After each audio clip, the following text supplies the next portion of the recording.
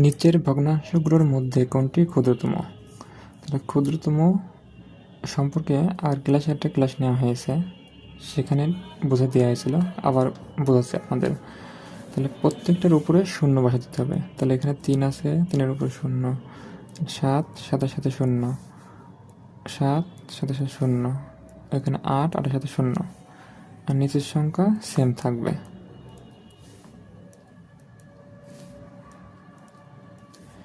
তাহলে 30 দিয়ে 5 ভাগ করলে 6, 10 দিয়ে 7 ভাগ করলে 7, 70-কে 12 দ্বারা ভাগ করলে 6 12 কত 72, আর 5 12 60। তাহলে 70-এর কাছাকাছি থাকতে হবে এমন সংখ্যা নিতে হবে। তাহলে 6 12 72। তাহলে 80-কে যদি 15 দ্বারা ভাগ করি তাহলে 5 15 75, তাহলে 5। তাহলে নিচের ভগ্নাংশগুলোর মধ্যে কোনটি ক্ষুদ্রতম? তাহলে ক্ষুদ্রতম সংখ্যা কত? 5। সুতরাং উত্তরটি হবে 8/15।